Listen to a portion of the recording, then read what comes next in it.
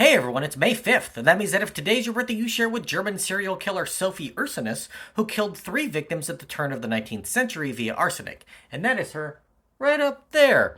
Ursinus was born in 1760 in Prussia to a high-ranking Austrian official, and she went on to marry the much older counselor of the Supreme Court, Theodor Ursinus, when she was just 19. They moved to Berlin 3 years later, but her marriage was an unhappy one, and she began an affair with a Dutch military officer shortly after arriving in Germany.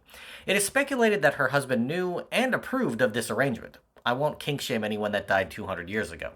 When the Dutchman threatened to leave her for another woman, he suddenly fell ill and died, with his death blamed on tuberculosis in 1797. It was later discovered that Ursinus had bought a large amount of arsenic just before his death. Her husband died in 1800 on the day after his birthday, and then in 1801 her wealthy aunt passed away from a sudden illness, leaving her fortune to Ursinus. It was again discovered that she had purchased a large quantity of arsenic and spent time with her aunt just before she died. In 1803, her servant got sick after a fight with Ursinus. She gave him some soup and plums to help nurse him back to health, but he was suspicious after the soup seemed to make him feel even worse and took the plums to a chemist who discovered that they contained arsenic. Imagine that, a rich person treating someone who works for them as if they're completely disposable. Good thing that never happens anymore. Ursinus was arrested and the bodies of her husband and aunt were exhumed to test them for arsenic. While chemical tests for her husband were inconclusive, his corpse was contorted and showed visual signs of having been poisoned. Her aunt tested positive for arsenic, and Ursinus was convicted of her murder and one attempted murder for giving poison to her servant.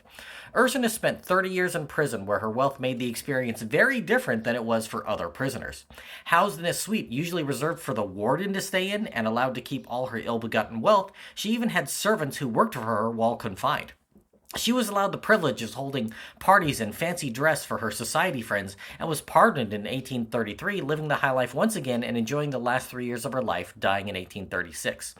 Two-tiered systems of justice aren't a new thing, with the rich having a much better time of things than the rest of us.